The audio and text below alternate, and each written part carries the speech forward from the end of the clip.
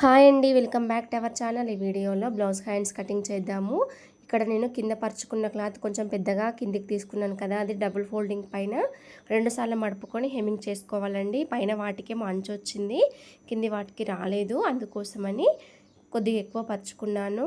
మన కొలత బ్లౌజ్ ఎంతైతే ఉందో అంతే మార్కింగ్ బ్లౌజ్ హ్యాండ్ పొడవు తీసుకున్నాను. చంక దింపు కూడా దానంతే తీసుకొని కర్వ్ అయితే ఇచ్చుకోవాలి. ఈ విధంగా మిడిల్లో షోల్డర్ దగ్గర కచ్చకాలు పెట్టుకోవాలండి. 3 బ్లౌజులు కదా, ఒకేసారి పట్టుకొని కచ్చకాలు అయితే పెడుతున్నాను. ఇక్కడ ఈ విధంగా విప్పదీసుకోవాలండి 3 బ్లౌజెస్ హ్యాండ్స్. తీసుకున్న తర్వాత భుజం పక్క నుంచి 1 ఇంచుకి ఒక డాటు, చంక డౌన్ నుంచి 1.5 ఇంచుకి ఒక డాట్ పెట్టుకొని ఈ 2 మార్కింగ్ల మధ్యలో కచ్చక పెట్టుకోవాలి. కచ్చక పెట్టిన చోట లోత్ అనేది తీయాలండి. ఇది చంక దగ్గర మిడిల్ పార్ట్ అన్నమాట. ఇక్కడ ఒక 1/2 ఇంచు లోతు వచ్చేలాగా మనం మార్కింగ్ పెట్టుకున్న రీతిలో లోతు తీసేసుకుంటే ఎక్కడ కూడా ముడత రాకుండా నీట్గా వచ్చేస్తుంది.